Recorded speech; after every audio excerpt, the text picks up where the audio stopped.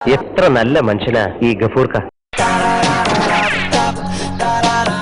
Vacation ആയിട്ട് എവിടെയെങ്കിലും ടൂറിന് പോകണ്ടോ നിങ്ങള്? ആരെ കൊണ്ടാവൂടോ, അമ്മാരി ചെലവല്ലേ.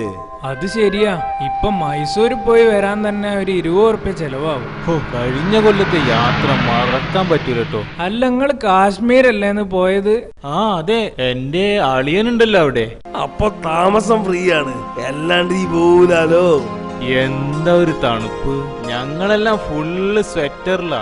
അങ്ങനെ ഞങ്ങൾ ഹെലികോപ്റ്ററിൽ ഒരു യാത്ര പോയി. ഭാഗ്യവാൻ. ഞങ്ങളങ്ങനെ കാഴ്ച കണ്ടങ്ങനെ പോവുക. തണുപ്പ് എന്ന് പറഞ്ഞ എന്റെ അമ്മോ, കാശ്മീർ താഴ്വരകളിലൂടെ ഒരു ഹെലികോപ്റ്ററിൽ അങ്ങനെ എന്ത് രസമായിരിക്കും അല്ലേ? രസമൊക്കെ തന്നെയാ, പക്ഷെ തണുപ്പ് സഹിക്കാൻ പറ്റില്ല കേട്ടോ. അല്ല, നിങ്ങൾ ഹെലികോപ്റ്റർ തന്നെയല്ലേ പോണത്?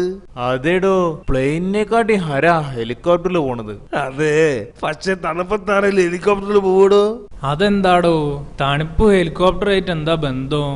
നിങ്ങക്ക് മനസ്സിലാവണില്ല? എന്താണല്ലോ രണ്ടും. അങ്ങനെ വിറച്ച് ഞങ്ങളിങ്ങനെ പോവുക. ഓന്റെ ഓലക്കമ്മല വറക്കല് കൊറേ നേരമല്ലേ തുടങ്ങിയിട്ട്. പിന്നെ ഞാനെന്താ ചെയ്യണ്ടേ?